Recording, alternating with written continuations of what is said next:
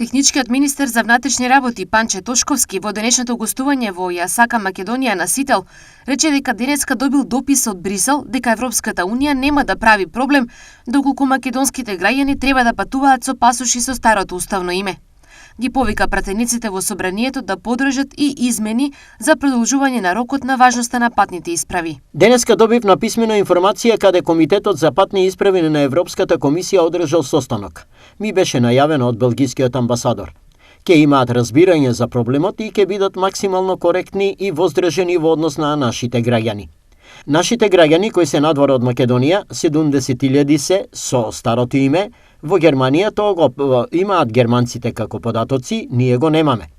Тие без проблем ќе може да отидат во Унгарија, Чешка, ама нема да можат да излезат од Македонија ако дојдат дома.